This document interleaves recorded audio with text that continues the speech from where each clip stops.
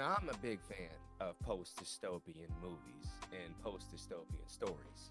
The 100, Maze Runner, you even got The Hunger Games. This one's a little different.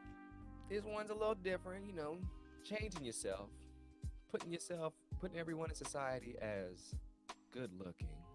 Basically, a Instagram filter over yourself has its pros and has its cons to it. A lot more cons than we think because we're really hiding ourselves and making everything seem perfect, just like an Instagram reel, but it's all real life. It is our life. The story was interesting, but we had a few. I just had a problem with the ending per se. We need a solid ground of the ending, but one thing that I did learn from this is that it's a message, a subliminal message that it's sending to us as a society, and I definitely think a lot of us can take something away from this. It's just you got to read in between the lines, folks. Just read in between the lines.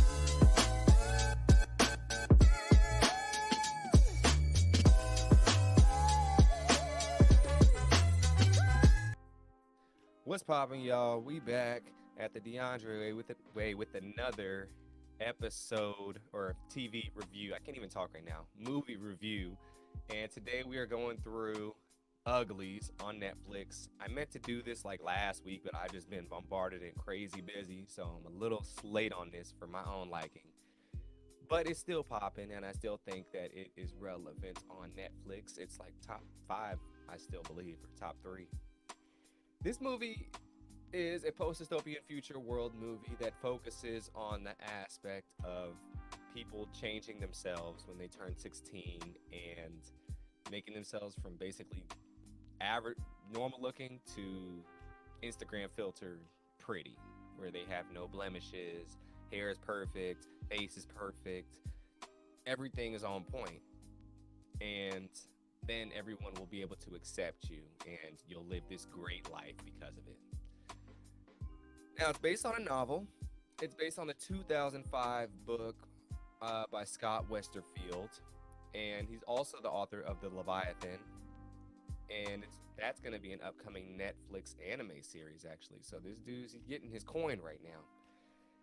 I've never heard of the Uglies, or Uglies, I guess you would call it. I wasn't familiar with it at all. We're going to dive into the movie, but my initial reaction after seeing it is, one, like I said, the ending, it just wasn't it for me. Now, if that's how the book ends, that's kind of wild, but I just needed a little more, just a little, it left it up to imagination and what interpretation you wanted to take from it, because the scar was still on her hand. However, she did change herself. But she said she was going to change herself back. So I don't know if there's a sequel to this movie. I don't know if there's going to be like a trilogy going on. But she fell on the sword. Do we know if it's going to, eventually there's going to be a bigger purpose to this? Or is that what kind of she wanted all deep down inside? Was she really just hiding this from her friends and be like, look, now that my friend's pretty, I want to be pretty too. And I don't really care what's going down. So, her love interest, dad died and he's in shambles and whatnot. And she might just be like, look, I'm tired of fighting the fight. I'm tired of fighting. But I have my own conclusions on the story, per se. And there's a few problematic things in here and agendas being pushed as well. But overall, I think the movie was quality. Kept me interested. There was a few kind of corny scenes in there, but the movie kept me interested overall. Now, the cast stars Joey King from A Family Affair, The Kissing Booth as Tally, Keith Powers, Straight Outta Compton as David, Chase Stokes, he was in Outer Banks, Stranger Things, he's Paris, Brianne Chu, I'm probably saying that wrong, as Shay, Jean-Louis Castellanos as Corey, Charmin Lee as Maddie, J. Devon Johnson as Oz, and Laverne Cox as Dr. Dr. Cable. Yes, so this movie has pretty popular actors in there. Everyone has been in something that people most likely have seen before. I haven't seen everything in this, but I'm familiar with some of the actors in it. And basically, what the plot is it's a futuristic world that imposes a cosmetic surgery at 16. Tally is eager to join the rest of society, but when a friend runs away, Tally embarks on a journey to save her that upends everything she thought she wanted. So yes, the beginning of the movie, they explain everything over the narration. You turn 16, you get this surgery, you go from being an ugly to a pretty, which is problematic in itself. Now, it's a post-dystopian books or a story, so you can't really like. I'm not gonna go too into it, like oh, like this, that, and the third. It's a fiction story, so you can't. I'm not gonna like try and break it down to that extent. Just mostly giving my review on the movie itself, but I do like the plot. It definitely is something unique and definitely something that people kind of need to understand that wow, it's a little deeper than just that because people try and do that all the time when they're trying to get cosmetic surgeries and they're trying to get liposuction, when they're trying to get implants. All these things kind of play a part in this story, and it's crazy that this story was published in 2005 because it's actually very up to date with what's going on today. Back in 2005, not everybody was there was no Instagram. Okay, there was no filters really that you could use except maybe on like a professional camera, and you used Photoshop. But not everybody had access to that. Like everyone has access to Instagram today to edit the photos to make them look flawlessly. So it's crazy how this guy kind of predicted the future because that's kind of the reality that we're living in today. People are doing everything they can to try and make themselves seem perfect. And we're all guilty of it to an extent. I use filters on my Instagram stories and some of the photos, not to the extent I'm changing how I look, but maybe like I'm light skinned, so I'll may see a different shade that I like of myself, or I'll make the sun a different shade, or the sky look a different tone. Whatever it is, it's changing what we see as reality and making it something very, very different. Same with the aspect of just social media in itself. It's a highlight reel. It makes everything seem perfect when it's really not. So that's kind of what this story is hitting on, and it's kind of crazy that it came out before social media even blew up because it kind of predicted the future. That's insane to me. So this dude, low-key, might be a genius. We'll continue. And this article's on Netflix To Doom article's website. Very trusted source.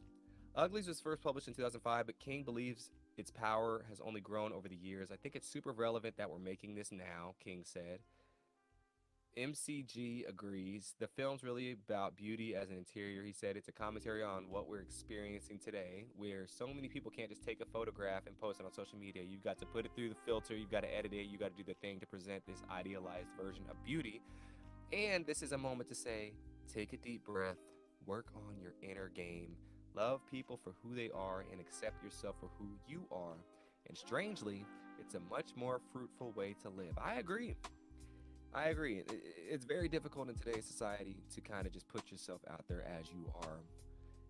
People, unfortunately, especially on X and Twitter, X/Twitter, they like to joke, they like to clown, and in person too. Everyone, especially kids, they'll find anything to pick at you at, and it's kind of hard to deal with that for any regular kid. You got to have high self-esteem, very, very high confidence level to be able to absorb and ignore that and not take anything into it and know that they're just haters because they feel some type of way about themselves. If you ever make some fun of somebody the way that somebody looks as base, then you pretty much hate something about yourself. Never have I ever went up to somebody and says, oh my gosh, look at your teeth, look at your hair, look at this or that. No, that's called haterade, and a lot of people drinking it by the gallon every single morning.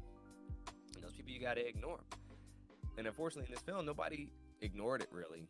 They kind of just accepted it, and that was the norm, post-dystopian future self. So I hope that is not the future we're leaning towards. I really hope it's not. I think I'm not really for altering, I'm not really for altering your body with surgery unless you're repairing something. I'm not huge into like sex changes. I think you're damaging yourself in the future, and biological change does have health risks that later down the road could really hurt you. That's a big reason why I'm into it now. At the end of the day, people are going to do what they want to do, how they want to do it. I'm not here to control nobody, but at the same time, a lot of people say, this is the other argument. If you say you feel like you're a boy but you feel like a girl, I don't know if the biology changing behind things will make you feel any better. You're gonna feel how you want to feel regardless, but does those feelings require a sex change? Do those feelings require you to completely try and alter your genetics, your hormones, everything? This is your life in your own body you're playing with right now. Like this is not operation, okay? Like I said, look, people like I don't whatever people do, people do. I'm not gonna pay any mind to it, but I just me. I personally am not with the biological changes. I think you're playing with science a little too much in the lab. You know, you playing with life a little too much when it comes to that, and I just personally don't think it's worth it regardless of how anyone feels. I've seen stories of people getting sex changes and then they're having health problems or them feeling like maybe this isn't what I wanted. Well, you can't go back once you go one way. You can try to, but it will never ever be the same again. I don't think it's hard for kids to say like, oh, I haven't talked to any kids that say that they don't want this, but people usually come to this conclusion that they want these things through adolescence, I guess. Now it's like younger age, like 12, 13, 14, 15. But at like a 5, 6, 7, 8 year old, kids are who they are. And I think honestly, it's a lot of what this story is talking about is outside factors maybe pushing them to want to do this. Because if the surgery wasn't accessible, then you'd have no choice but to stay the same. And you wouldn't be able to like even say, I want to be a girl, so I'm going to be a girl. You just have to be a boy, but feeling like a girl inside and just cope with that. And that's honestly like, I would rather people, this might sound, tough for some, but I would rather people not change themselves biologically, act how they want to act, do what they want to do in their own body, boy or girl, and go just through with that. Because you can't hate yourself entirely about your whole biology. Like that, I'm not one to say that, oh, I know what the people who feel like that are talking about to an extent, but it just kind of just seems baffling how somebody would just hate everything, just feel completely like the opposite sex when you don't even know what the opposite sex really feels like. You're saying I'm a boy, but I feel like a girl, when you really don't know what women feel like. And then we get into the whole factor of, oh, men competing as women in women's sports and that whole problem, but then they can, and then the women's bathroom as well. So a whole bunch of things just get in the way, and I think a simple thing would be just, honestly, stop with the surgeries. You can act as a woman, you can dress as a woman, sure, whatever, but you're not a woman at the end of the day. And that's just what it is. Like, you can't control that. That's just uncontrollable. It's like saying, I hate having 5 fingers, I want 6. Give me a 6th finger. You can't keep doing these things, and I think we need to stop. Anyways, getting off topic. That's how I feel about that. But anywho, I'll finish the article. Uglies author Scott Westerfield has another reason why MCG was the perfect filmmaker to bring his novel to life, a sense of fun. Here's a super important thing about Uglies. It's set in a dystopia, but it's full of people who are having fun anyway, Westerfield tells To Doom. The Uglies play pranks, ride hoverboards, sneak into parties, jump off buildings, and bungee jackets. If you put MCG in a dystopia, he would be totally that guy. So yes, this movie has a lot. It focuses on Tally. She ends up going to the Pretty's party. She finds her best friend in there, her best friend Paris, and Paris, honestly, he looked fine in the beginning of the movie, but then when he got his surgery, he looked off to me. effeminated him a lot. They it wasn't suiting him for me. I don't know. Like they cleared him up a little bit, but I think that was very much a downgrade for him per se. And yeah, it just was given trying to be too. They made him real like clean, prissy, the whole nine and whatnot. But yeah, I definitely think that there's some lessons and behind that. It revolves of like, okay, not all change is good change. It's not always greener on the other side per se. But yeah, she goes to the party. He's like, oh my gosh, like she had the pig mask on, but made everyone look at her like she was pretty or something like that. And she takes it off, and he acts like she don't know who she is. That's a sign of, hey, I don't like you for you. I like you for how you look. Red flags. Now, granted, when they did the surgery, they get under some kind of mind control thing going on, but they still kind of are themselves to an extent. And she had to realize in the moment, dang, this surgery is changing the way people feel about me based on how I look, not who I am. Deeper moment. So I did like that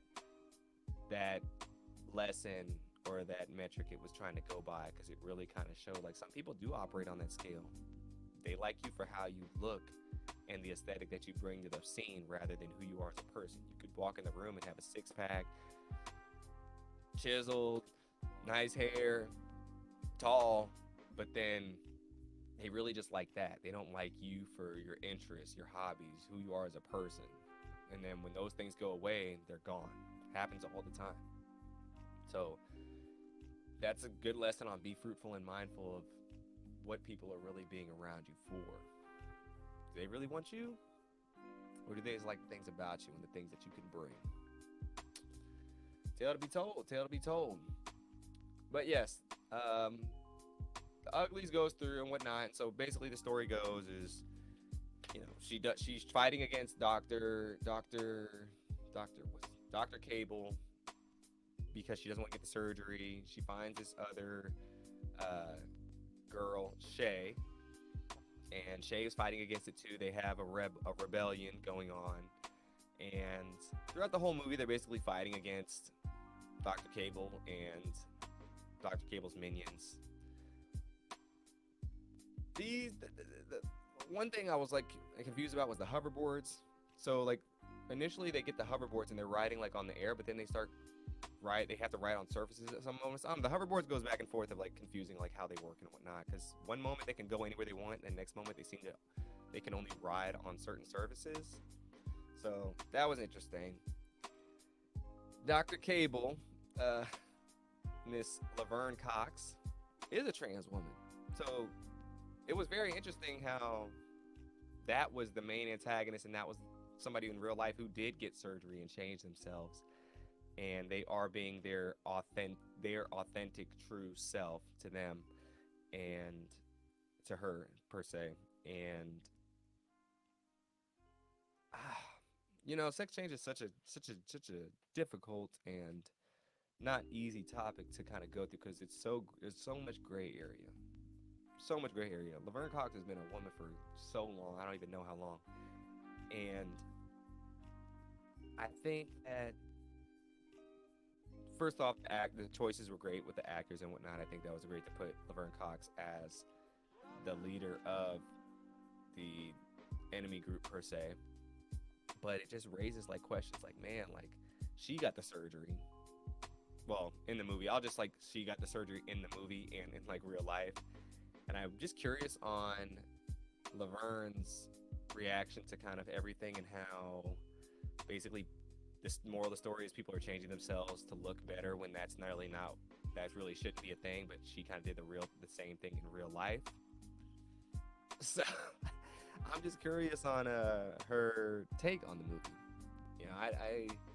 I told y'all my piece on it, but I thought it was a very interesting and honestly good choice to put her as Dr. Cable, because the similarities were just boom, boom, boom, boom, boom. Because Dr. Cable as a character seemed like somebody who maybe we didn't get in their history that much, but didn't like themselves that much. So maybe they had to get the change to make themselves more confident and whatnot. Not speaking on Laverne Cox, I don't know the history behind Laverne to a T, so I'm not even gonna. Can't speak on that. But the character Dr. Cable, I wish they kind of got a bit to that backstory a little bit, just so we can see the origin story of that. That's very interesting. But yes, they're going back and forth. Dr. Cable, they eventually kill David's dad, which is trash. They kill the brother in the movie. Of course, they're gonna kill the brother. I was very upset with that. And then, yeah, that's basically what it is. They're fighting against each other the whole time. And at the end, like I said, Tally decides to go through with the surgery. And yeah, that's basically what happened. And then the end just ended with her looking at her hand as a scar. And she was pretty. But then she did say earlier, do the surgery on me because they do have the cure to it, the supposed cure. And she was going to be the test rabbit for it. That's why she had herself caught. That's what she says. Now, I'm on the To Doom website as well. And it's a part that says, what happens at the end of Uglies? Uglies ends with a tragic twist. Even after joining Smokey's resistance, Tally chooses to head back to the clutches of Dr. Cable. But it's not a choice made out of selfishness. It's a noble sacrifice. Tally has learned from the Smokies, the rebel descendants who refuse the pretty procedure. The pretties aren't just physically changed. They are brainwashed, which I mentioned earlier. Ultimately, the resilience leads Tally back to the new pretty town. She seemed lost in the end of the film. The rebels have been shattered. Tally's childhood friends Paris seemingly dead after becoming brainwashed. A super soldier, and the Smokies are on the run. With the fate of the world on the line, Tally's forced to make an impossible choice to help the rebel leaders, David, Maddie, and Oz, test their pretty cure. She agrees to become pretty, sparing her newly purified friend Shay from becoming an unwilling test subject. So she makes the ultimate sacrifice where she becomes pretty, and it says this choice is also a moment of redemption for Tally, whose choice to spy on the Smokies for Dr. Cable led to their capture. If you come back, then I'll know you've forgiven me, she tells David. But the film steps a little further into the future than the novel does, showing us a glimpse of the new pretty Tally. So this apparently is not in the book. And her one noticeable blemish, the scar on her palm that connected her to her old friend Paris. It is a reminder that she'll always be beautiful and flawed, no matter what the pretties say. All right, hold on. Well, I'll finish. We're not uglies, King said. We're not pretties. We're just people. And that's it? That's the end of the article? Oh, no. You tell me a scar on your hand is going to define you as a regular person and ugly?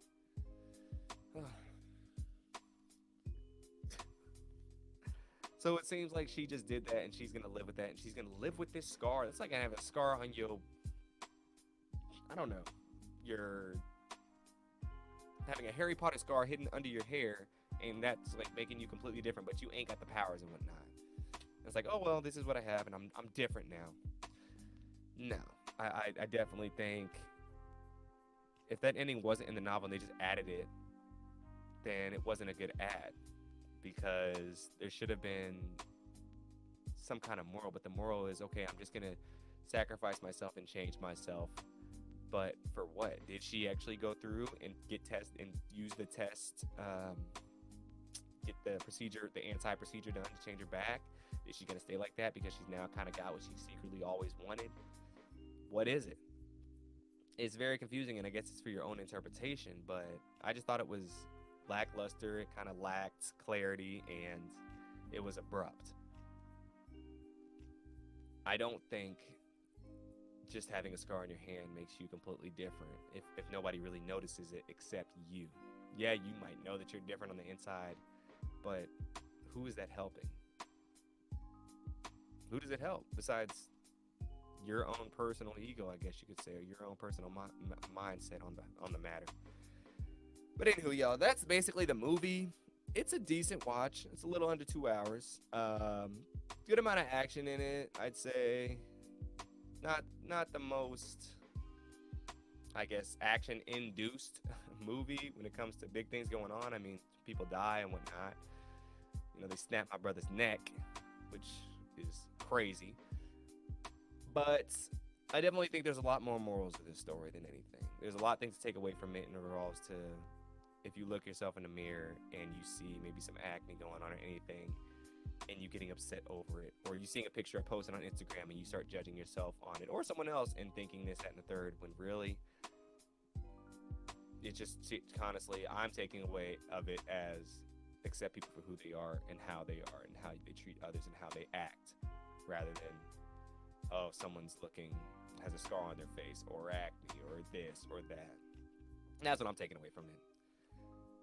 But the movie ending just didn't really coincide with kind of what I wanted to take away from it. I think we could have just left that last scene out of it and maybe her just saying like I'm gonna go with you and then ending right there. That I would even find that too. But her changing herself at the end kind of just blew everything out the water. But what she was fighting for, even if she had to make a sacrifice, but she willingly went back and like showed herself when they could have all just kind of just went along with their business and got out of the town. I don't know, y'all. Craziness, but I'd give the movie I'd give it a 7 out of 10. It's watchable, it's doable, it's cool. It's not the best movie out, but it definitely makes you want to ask some questions. And if movies do that at the end of it, then I think it's quality to an extent from my own point of view. But let me know what y'all thought about the movie. Should Uglies be #1 on Netflix? Did you like Uglies? I want to hear. So thank y'all for hearing my point of view on this movie. And until next time, y'all, as I always say, check it out. Uglies is on Netflix. And peace, blessings, deuces, and have a great rest of your day. Remember, you're all pretty on the inside. Well, we can all strive to be pretty on the inside and don't have to worry about what other people say, and don't worry about what other people might perceive in their heads on the outside, because at the end of the day, they're going to think whatever they want to anyways.